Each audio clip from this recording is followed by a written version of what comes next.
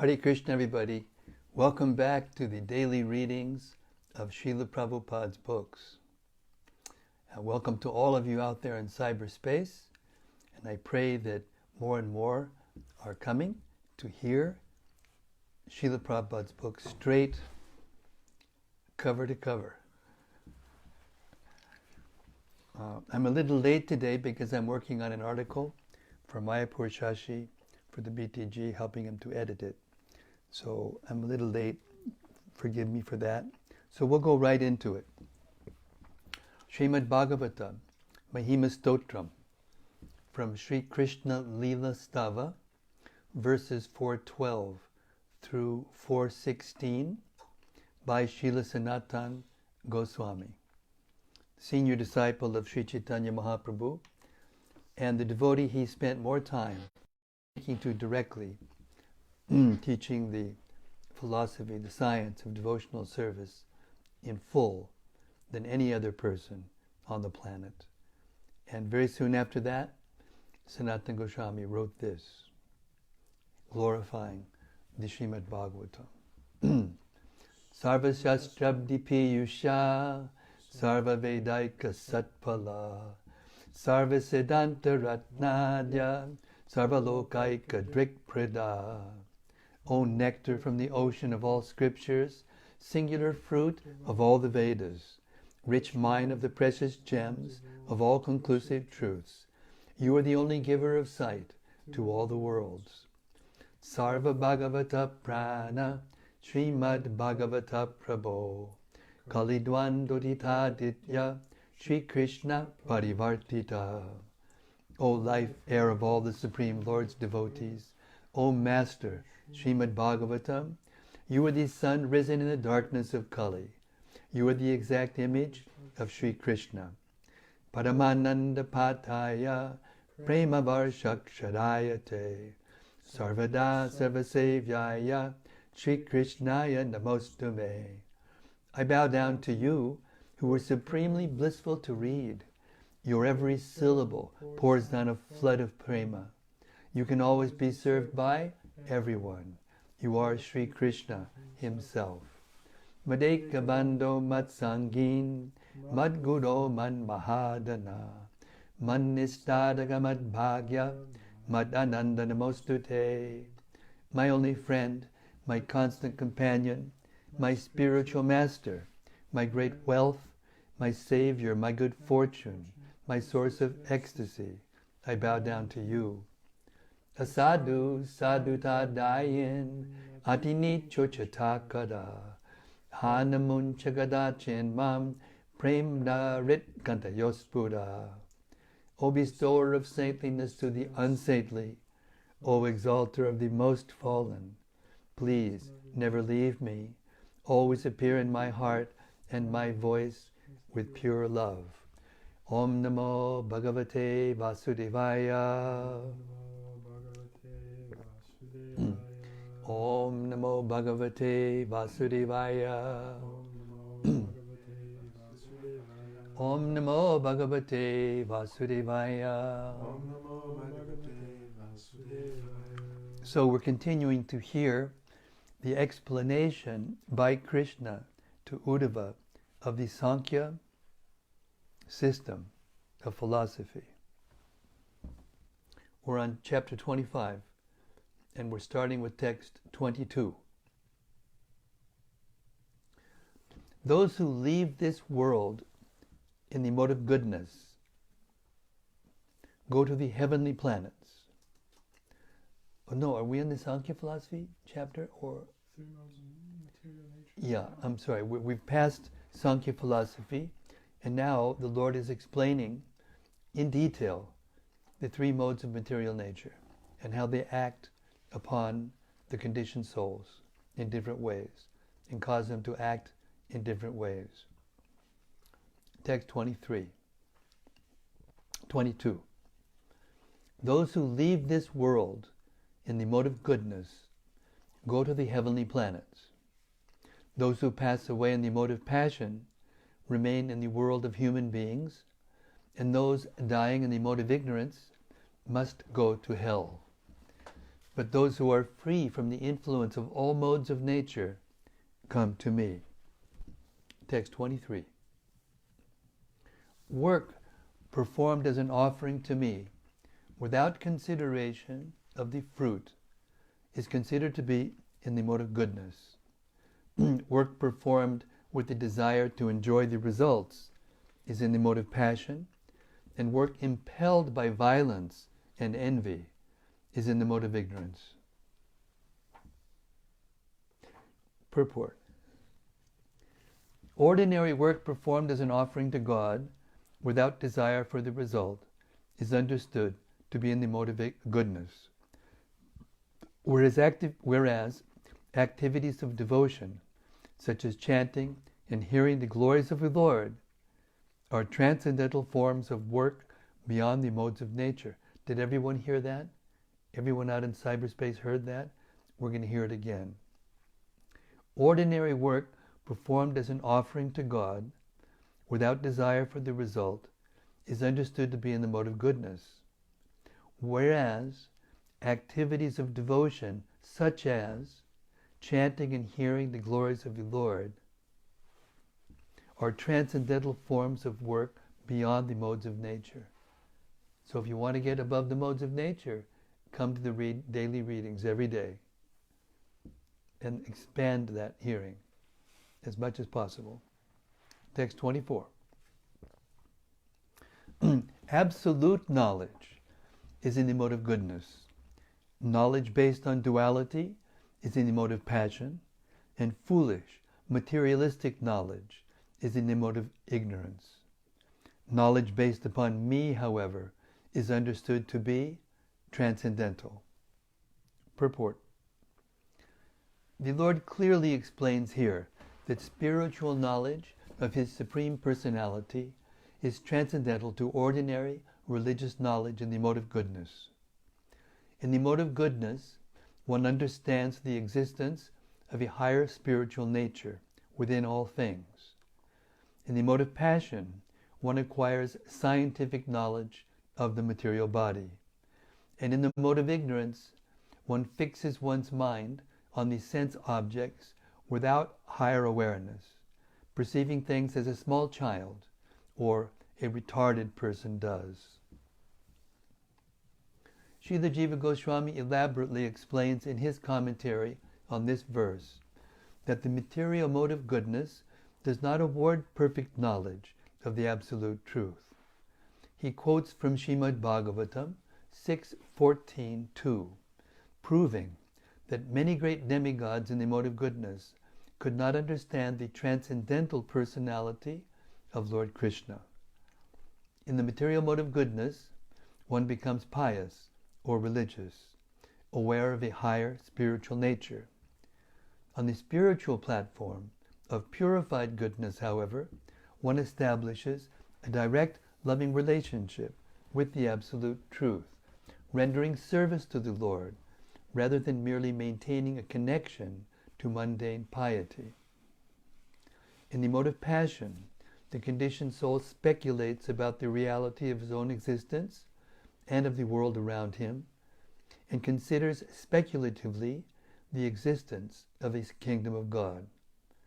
In the mode of ignorance, one acquires knowledge for sense gratification, absorbing the mind in varieties of eating, sleeping, defending, and sex, without any higher purpose. Thus, within the modes of nature,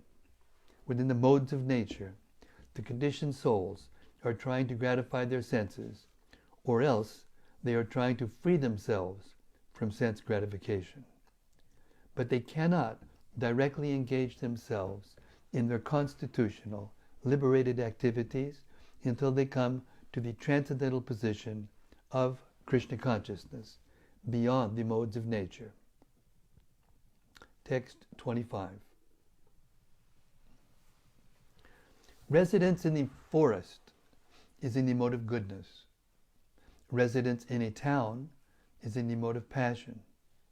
Residence in a gambling house displays the quality of ignorance, and residence in a place where I reside is transcendental. Purport.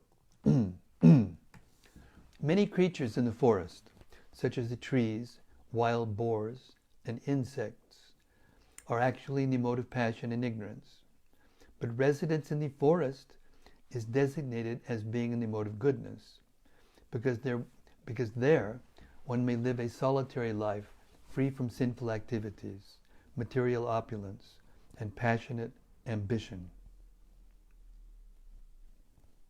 Throughout the history of India, many millions of persons from all walks of life have adopted the orders of Vanaprastha and Sannyas and have gone to sacred forests to practice austerity and perfect their self-realization.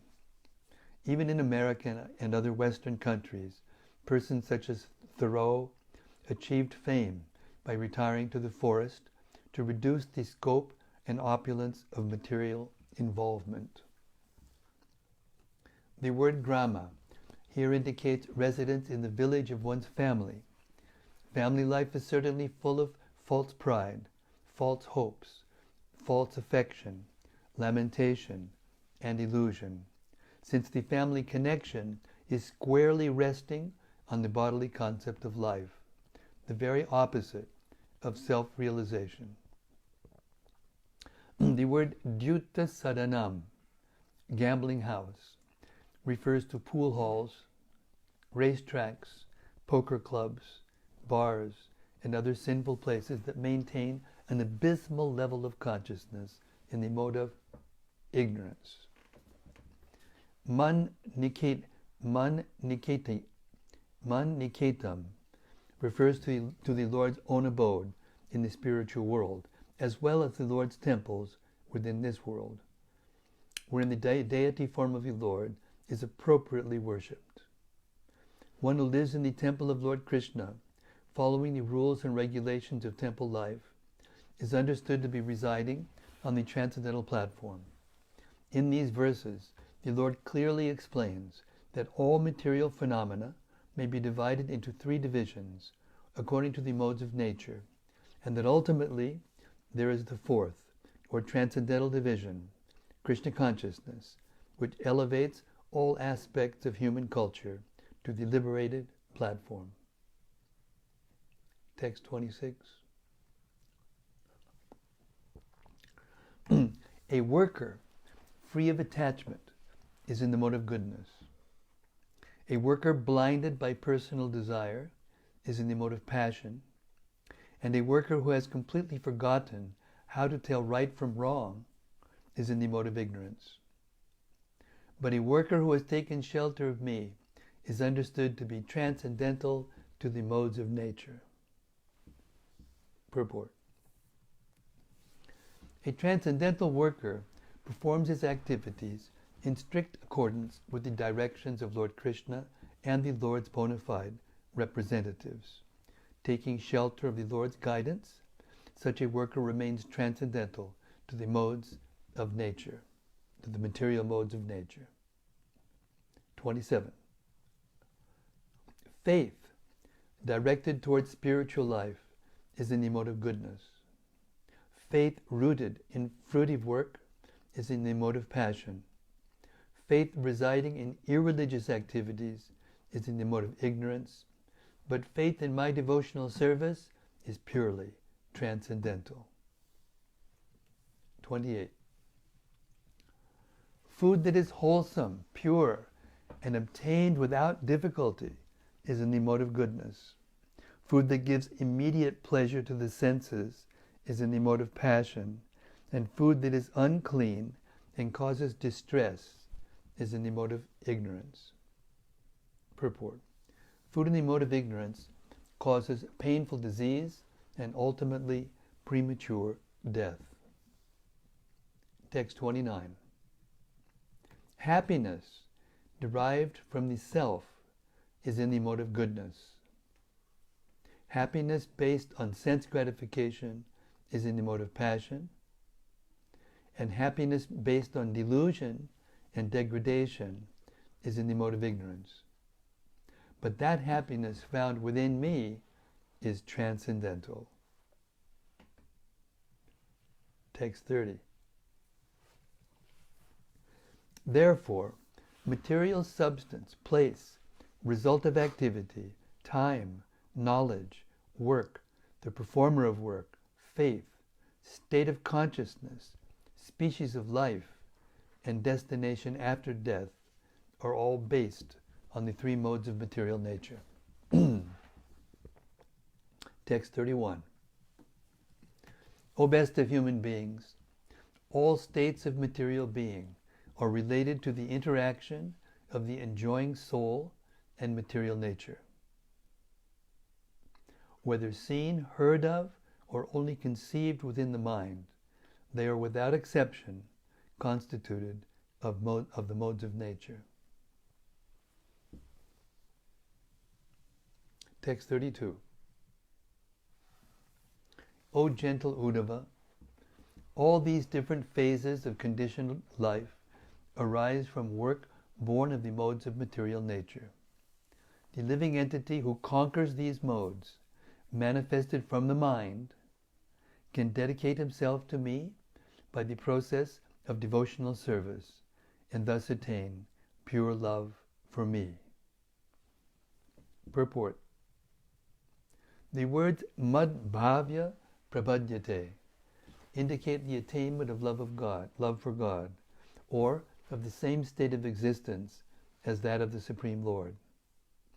Actual liberation is residence within the eternal kingdom of God, where life is full of bliss and knowledge. The conditioned soul falsely imagines himself to be the enjoyer of the modes of nature, and thus a particular type of material work is generated, the reaction of which binds the conditioned soul to repeated birth and death. This fruitless process can be counteracted by loving service to the Lord, as described here. 33. Therefore, having achieved this human form of life, which allows one to develop full knowledge, those who are intelligent should free themselves from all contamination of the modes of nature and engage exclusively in loving service to me. Text 34. A wise sage, free from all material association and unbewildered, should subdue his senses and worship me. He should conquer the modes of passion and ignorance by engaging himself only with things in the mode of goodness.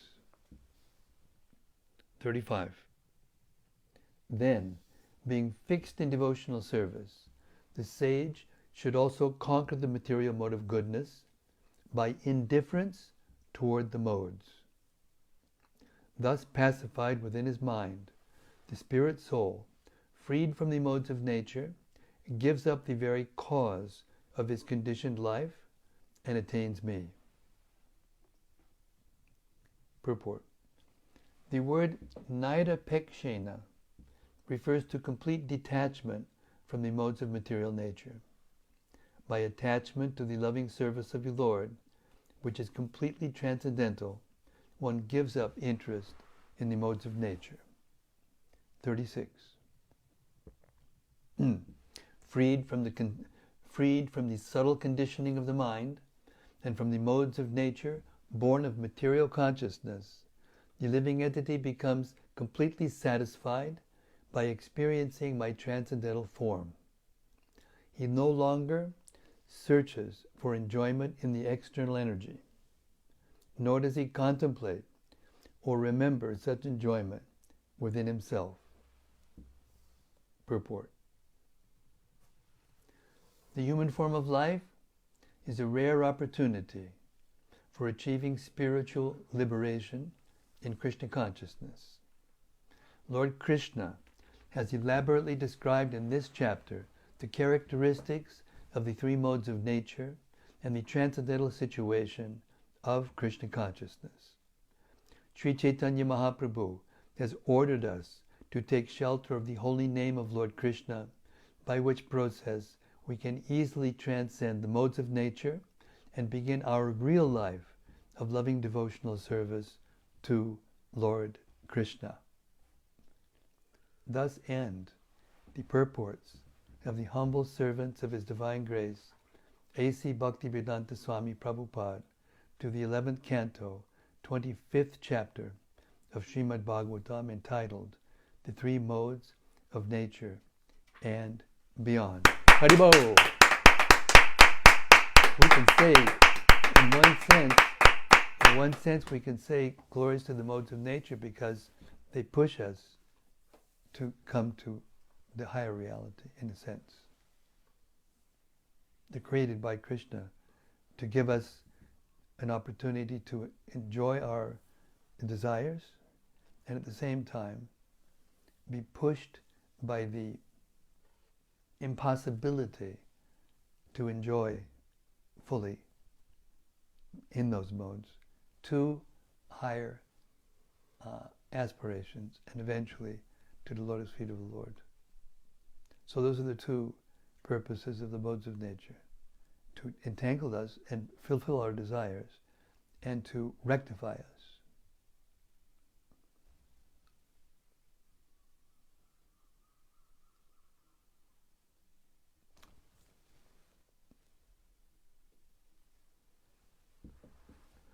Let's go on to chapter 26. Chapter 26 is called the Ila Gita.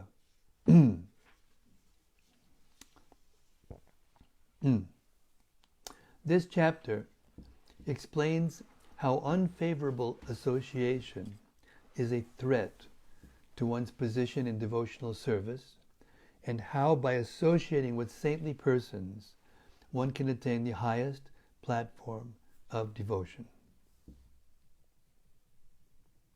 The jiva, who has received a human body, which is in itself most conducive toward achieving the Supreme Personality of Godhead, and who has situated himself in the duties of devotional service to the Lord, becomes capable of realizing Him, the very identity of spiritual bliss. Such a person, fully dedicated to the Supreme Personality, is liberated from the influence of Maya. Even while continuing to reside in this world, created by illusion, he is totally untouched by it. Those souls, on the other hand, who are bound up by Maya, are devoted only to their bellies and genitals. They are impure, and by associating with them, one will fall down into the dark pit of ignorance. The Emperor Pururava, who was bewildered by the association of the heavenly lady, Urvashi, later became renounced after being separated from her. He thus sang a song expressing his contempt for womanly connection. He described that persons who were attached to the body of a woman or a man, which is simply a mass of skin, meat, blood, sinew, brain tissue, marrow, and bones, are not very much different from worms. What is the worth of the education, austerity, renunciation, reception of the Vedas, solitary living, and silence of one whose mind becomes stolen away by the body of a woman? Learned men should distrust their 6 mental enemies, headed by lust, and thus avoid associating with women or with men who are controlled by women. After declaring these facts, King Pururava, now freed from the illusion of material existence, attained realization of the Supreme Lord in his form as the indwelling Supersoul.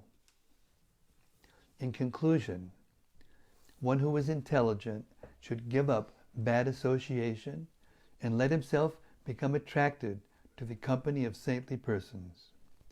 By their transcendental instructions, the saintly devotees of the Lord can break the false attachments of one's mind. Real saints are always liberated and devoted to the Supreme Personality of Godhead. In their association, there are constant discussions about the Supreme Lord, by serving whom the spirit soul completely eradicates his material sins and obtains pure devotional service. And when one gains the devotional service of the Supreme Personality of Godhead, who is the original ocean of unlimited perfect qualities, what else remains to be gained?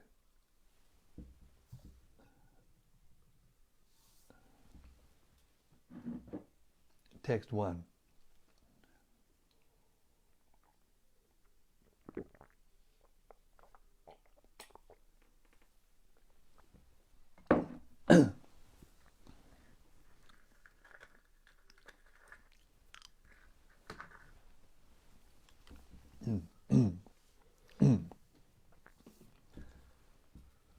The Supreme Personality of Godhead said, having achieved this human form of life, which affords one the opportunity to realize me, and being situated in my devotional service, one can achieve me, the reservoir of all pleasure and the supreme soul of all existence, residing within the heart of every living being. Purport. Because of bad association, even those who are spiritually liberated may fall down from self-realization.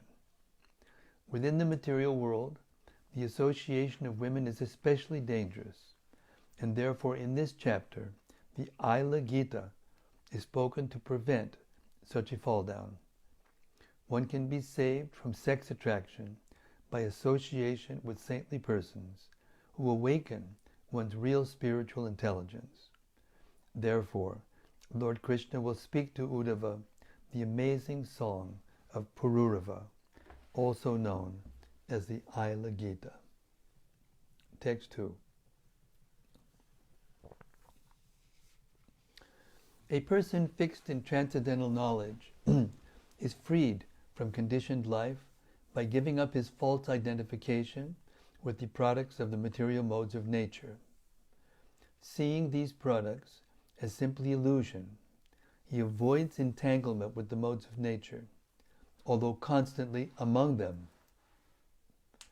Because the modes of nature and their products are simply not real, he does not accept them. Purport. The three modes of nature become manifest as varieties of material bodies, places, families, countries, foods, sports, war, peace, and so forth. In other words, everything we see within the material world is constituted of the modes of nature. A liberated soul, although existing within the ocean of material energy, sees everything as the property of the Lord and is thus not entangled. Although Maya tempts such a liberated soul to become a thief, to steal the property of the Lord for sense gratification, a Krishna conscious person does not bite the bait of Maya. He remains honest and pure in Krishna consciousness. In other words, he does not believe that anything within the universe can become his personal property for sense gratification, especially the illusory form of a woman. Text 3. One should never associate with materialists, those dedicated to gratifying their genitals and bellies. By following them, one falls into the deepest pit of darkness, just like a blind man who follows another blind man. Text 4. The following song was sung by the famous Emperor Pururava. When deprived of his wife, Urvashi, he was at first bewildered, but by controlling his lamentation, he began to feel detachment. Purport. This story is also narrated in the 9th canto of Srimad Bhagavatam. Aila, or Pururava, was a great king whose glories were vast. On being separated from Urvashi, he felt great bewilderment at first, but after meeting her briefly at Kurukshetra, he worshipped the demigods with the sacrificial fire given him by the Gandharvas and received the privilege of entering the planet where she resided. Text 5. When she was leaving him, even though he was naked, and ran after her just like a madman, and called out in great distress, "O my wife, O terrible lady, please stop." Purport. As his beloved wife was leaving him, the shocked king was crying out, "My dear wife, please think for a moment. Just stop. You terrible lady, can't you stop? Why don't we speak together for a while? Why are you killing me?" Thus lamenting, he followed her. Text 6. Although for many years Pururava had enjoyed sex pleasure in the evening hours, still he was not satiated with such insignificant enjoyment. His mind was so attracted to Urvashi that he did not notice how the nights were coming and going. Purport. This verse refers to Pururava's materialistic experience with Urvashi. Text 7. King Aila said, "Alas, just see the extent of my delusion. This goddess was embracing me and held my neck in her grip. My heart was so polluted by lust that I had no idea how my life was passing." Text 8. That lady cheated me so much that I did not even see the rising or setting of the sun. Alas, for so many years I passed my days in vain. Purport. Due to attachment to the goddess, King Pururava forgot his devotional service to the Supreme Lord and became more concerned with pleasing this beautiful young lady. Thus, he later lamented having wasted his valuable time. Those who are Krishna conscious utilize every moment in the Lord's loving service. Text 9. Alas, although I am supposed to be a mighty emperor, the crown jewel of all kings on this earth, just see how my bewilderment has rendered me a toy animal in the hands of women. Purport. Since the king's body had become fully engaged in satisfying the superficial desires of women, his body was now like a toy animal in their hands. Text 10. Although I was a powerful lord with great opulence, that woman gave me up as if I were no more than an insignificant blade of grass. And still, naked and without shame, I followed her, crying out to her like a madman. Text 11. Where are my so-called great influence, power, and sovereignty? Just like an ass being kicked in the face by his she-ass, I ran after that woman who had already given me up. 12.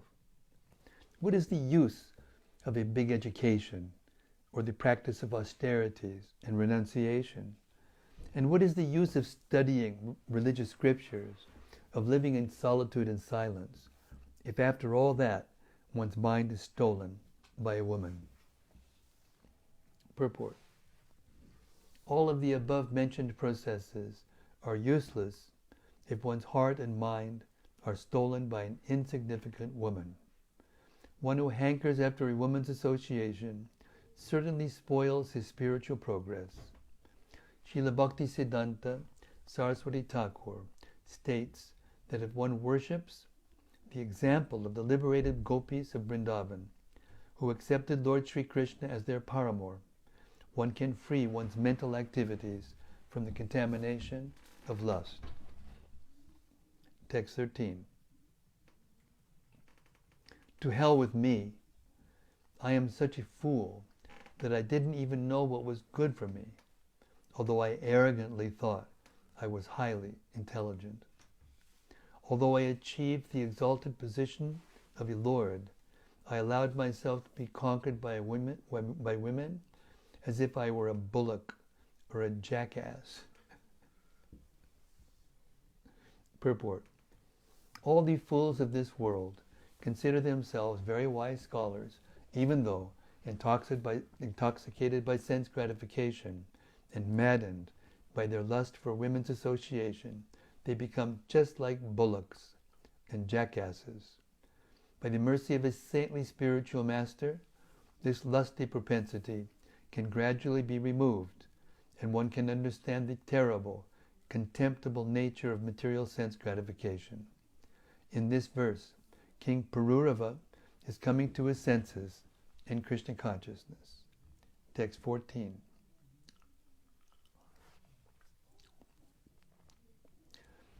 Even after I had served the so-called nectar of the lips of Urvashi for many years, my lusty desires kept rising again and again within my heart and were never satisfied, never satiated, just like a fire that can never be extinguished by the oblations of ghee poured into its flames. 15.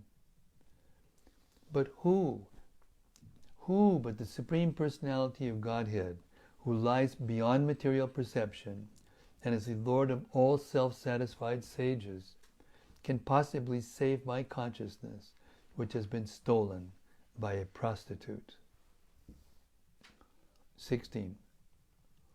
Because I allowed my intelligence to become dull, and because I failed to control my senses, the great confusion in my mind did not go away, even though Urvashi herself gave me wise counsel with well-spoken words. Purport. As described in the 9th canto of Srimad Bhagavatam, the goddess Urvashi plainly told Pururava that he should never trust women or believe their promises. Despite this frank advice, he became fully attached and thus suffered great mental anguish. 17. How can I blame her for my trouble when I myself am ignorant of my real spiritual nature? I did not control my senses, and so I am like a person who mistakenly sees a harmless rope as a snake. Purport. When a person mistakes a rope for a snake, he becomes fearful and anxious.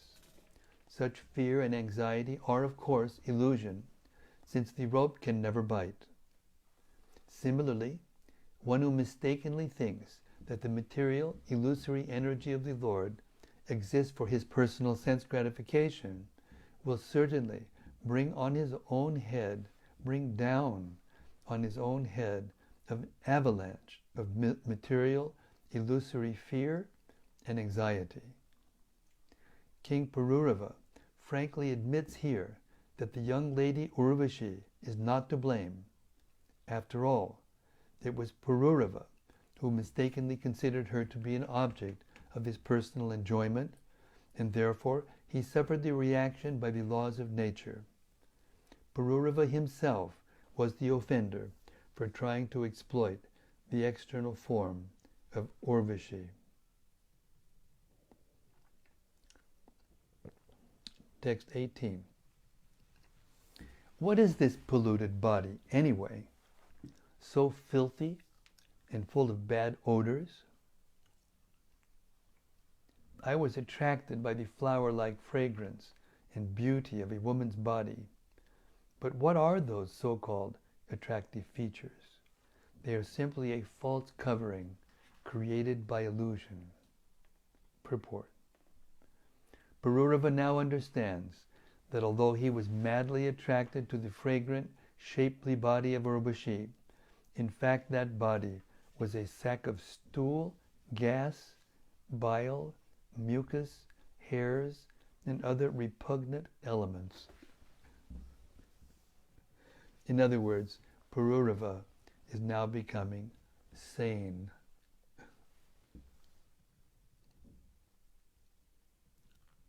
(19 and 20). one can never decide whose property the body actually is.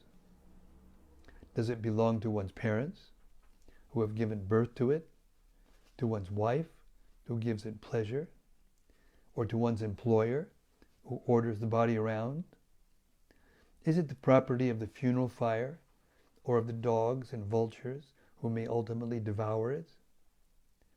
Is it the property of the indwelling soul, who partakes in its happiness and distress? Or does the body belong to intimate friends, who encourage and help it? Although a man never definitely ascertains the proprietor of the body, he becomes most attached to it. The material body is a polluted material form heading toward a lowly destination. Yet when a man stares at the face of a woman, he thinks, "What a good-looking lady. What a charming nose she's got. And see her beautiful smile." Purport. The phrase tuchcha nishte, or headed toward a lowly destination, indicates that if buried, the body will be consumed by worms. If burned, it will turn to ashes. And if dying in a lonely place, it will be consumed by dogs and vultures. The illusory potency of Maya enters within the female form and bewilders a man's mind. The man is attracted to Maya, appearing within the female form, but when he embraces the woman's body, he ends up with 2 handfuls of stool, blood, mucus, pus, skin, bone, hairs, and flesh. People should not be like cats and dogs in the ignorance of bodily consciousness. A human being should be enlightened in Krishna consciousness and learn to serve the Supreme Lord without falsely trying to exploit his potencies. We'll stop there for tonight. 45 minutes on the dot. Yes, Brother Raman's got his hand up quicker than I can look. Because I have 2 very nice questions from Vijay Govinda Prabhu and then Gopal Roy Prabhu. Whoa, the stalwart devotees of UK. So, Haribo Vijay Govinda, Haribo Gopal Roy, my dear one, Hare Krishna. So Vijay's question came on the screen first, so I asked that one first. Hare Krishna Maharaj, thank you for your ongoing enthusiastic reading each day. It gives me so much support. What advice can you give someone wrapped in the lower modes to come to the modes of goodness, or should we just concentrate on hearing and chanting? When you concentrate on hearing chanting, everything is included. Because when you concentrate on hearing chanting, your consciousness transforms, and then you can see the same things as belonging to Krishna. And you can see yourself as the caretaker of Krishna's things. And in that way, we lose attachment to material forms.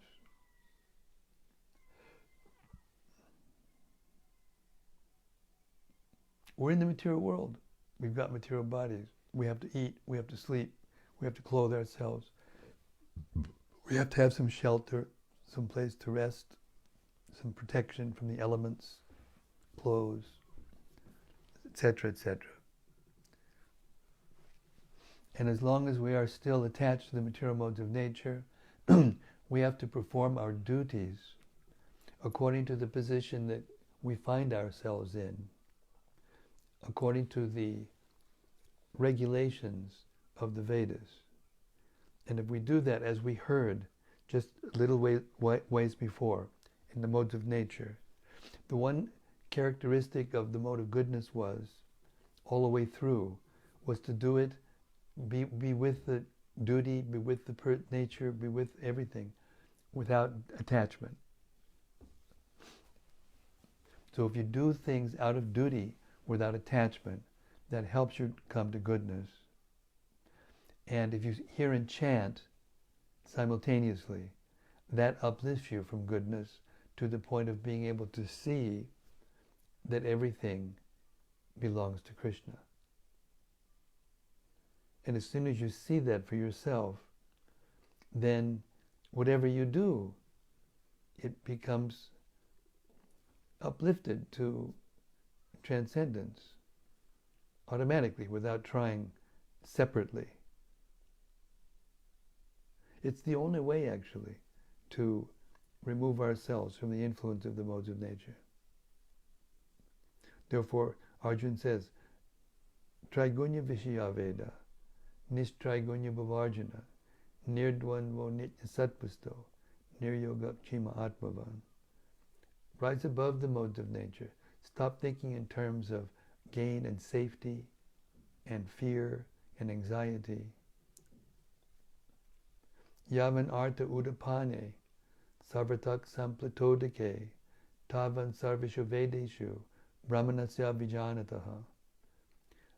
Just like a large body of water can automatically perform the activities of a small pond, so those who actually understand the purposes of the Vedas can understand what to do and what not to do, to live in this world in a way that we can aspire for the service of the Lord.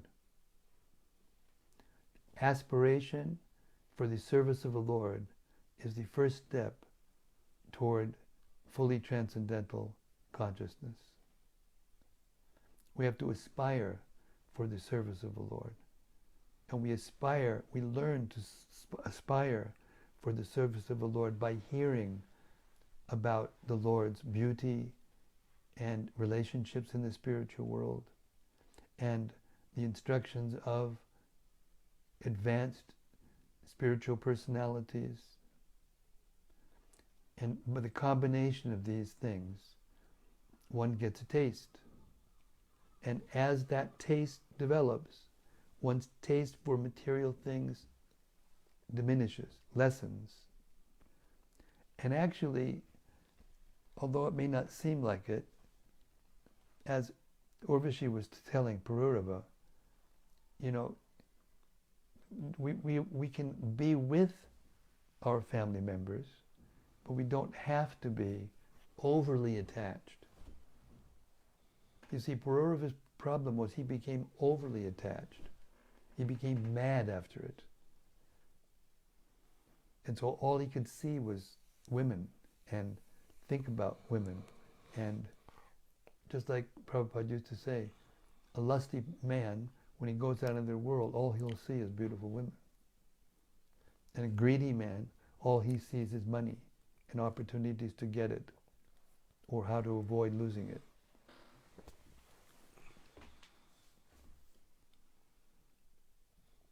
So if by hearing and chanting the glories of the Lord in the association of devotees, we can get an attachment for doing this, we can aspire to be able to serve the Lord purely. And just that aspiration attracts Krishna's attention, and from within, he helps us.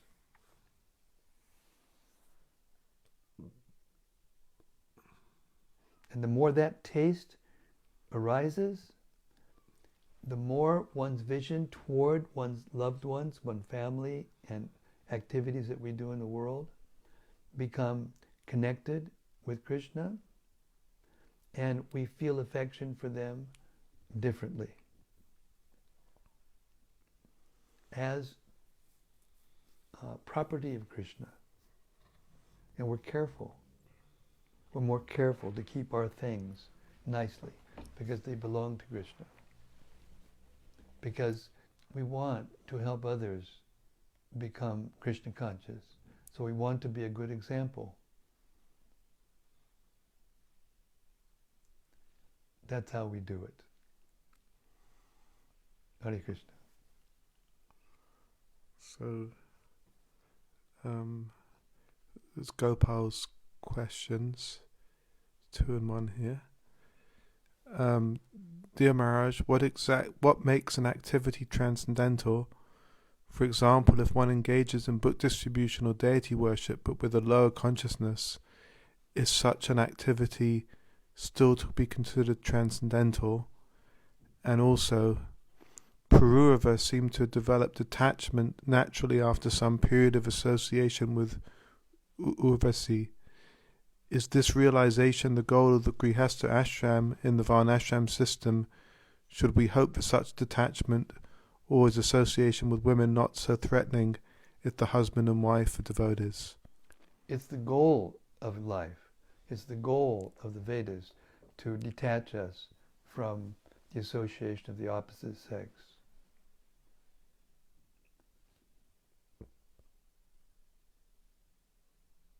But if you try to artificially renounce before you have learned the art of utilizing your material desires in regulation according to the laws of God, the laws of the Vedas, then we will stumble and trip and make a mess out of it. Prabhupada used to say, better a sincere sweeper in the street than a charlatan meditator.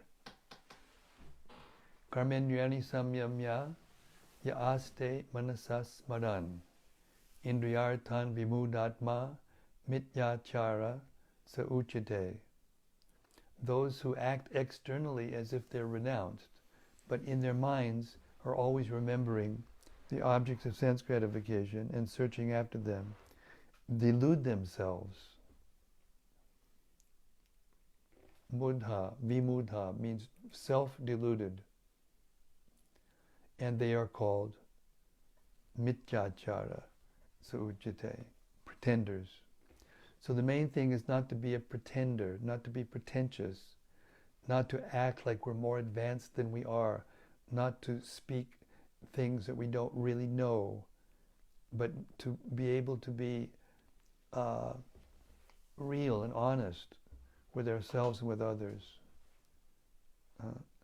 And from that platform, do the duties that we've been given by the modes of nature and by destiny, by providence, by Krishna even, by the spiritual master, sincerely. And if we do that, the pleasure of the spiritual master seeing us do that properly in devotional service, whatever our ashram, whatever our duty, whatever our service, then it becomes pleasing.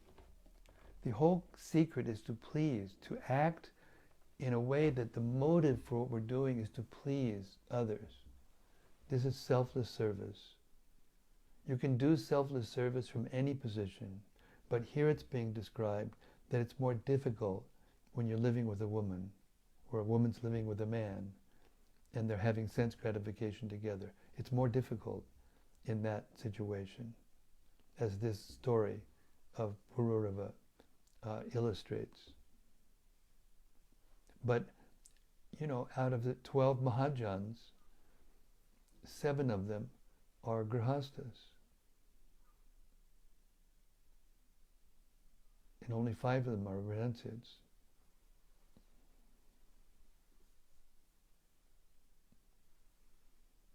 So it is the consciousness.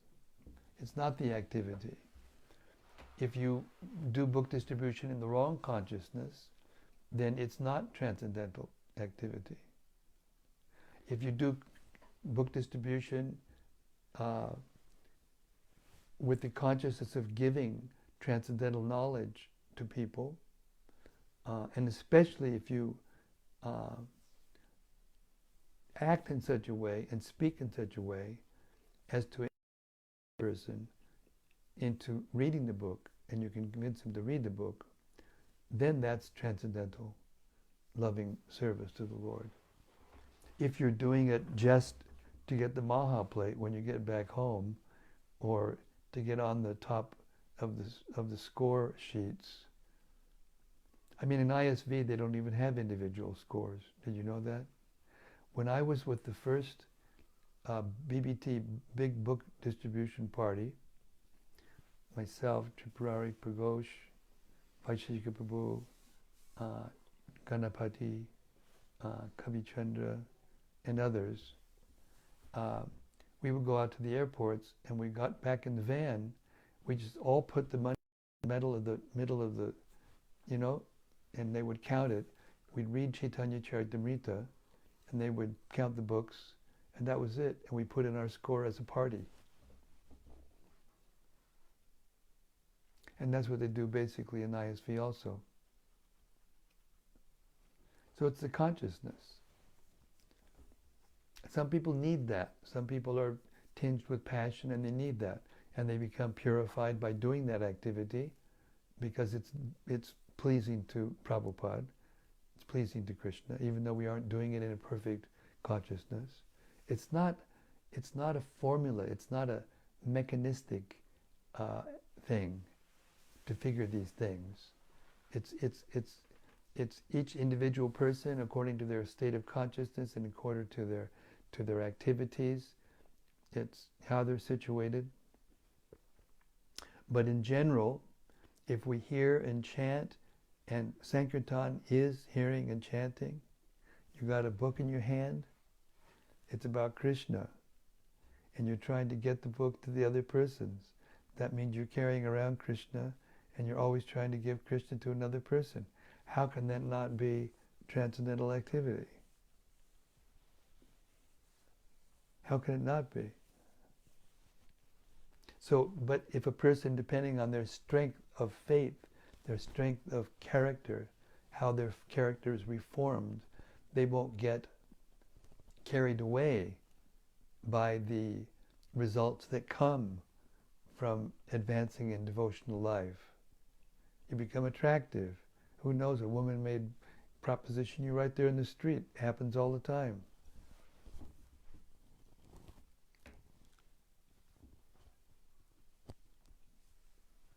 So we need spiritual strength. And the spiritual strength comes from performing our sadhana in the morning nicely.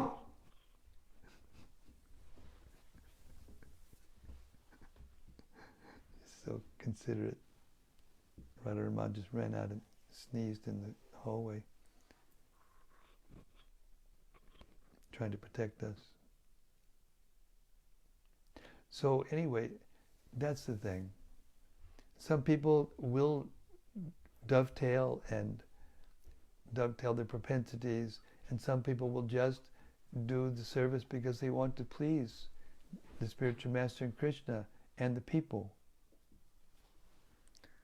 Those persons will advance quicker. But if you just stick with it, as Prabhupada would say, be steady, stick with it, gradually the process itself will purify you, and you will rise above all these other things. Just like Pururava. He got so bewildered that finally, because he had a human body, he realized, oh, this is not good for me. This is causing me too much anxiety, too much. The animals can't do that. Only they can't discriminate like that. They can't understand how to improve themselves or how to protect themselves. I mean, they have some instincts to protect themselves, to defend themselves, but they don't know how to organize themselves, and you know. But human beings, we've been given this intelligence, so that dormant love for Krishna is there, more closer to the surface in the human being.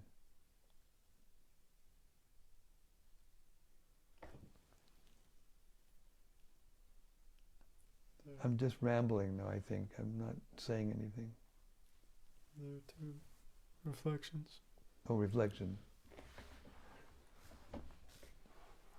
First is from Rati Manjari. Hare Krishna, Rati. She says, Dear Guru Maharaj, please accept my respectful obeisances. Thank you for another enlightening reading, which I was partially hearing while walking through the supermarket, passing the aisles filled with endless objects fabricated for sense gratification. This environment made your voice and teaching sound especially enlightening. Thank you for speaking up from transcendence. Thanks, Rati. Next is from Pranahari. Hey, Prana. Please accept my humble obeisances, Maharaj. Jai Pranahari. Thank you so much for reading and speaking.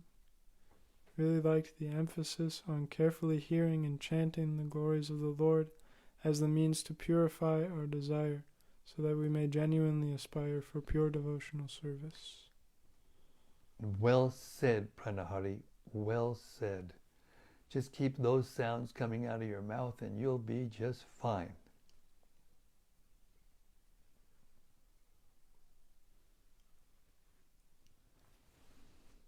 And now it's an hour. We've been going on an hour, and that's my limit. I'm sitting in my chair more today and yesterday because I'm editing an article by my Purshashi for the BTG on Rupa Goswami, and I've got to cut out like 600 words, and it's really hard.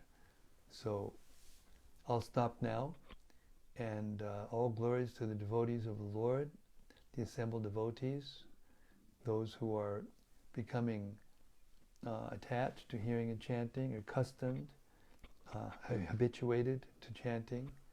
The more we can become addicted to Krishna, the less we will be addicted to Maya.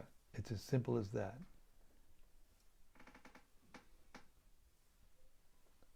Srimad Bhagavatam ki jai. Gaur Premanandi Hari Hari Bol. See you tomorrow from High, the Haven. Hare Krishna.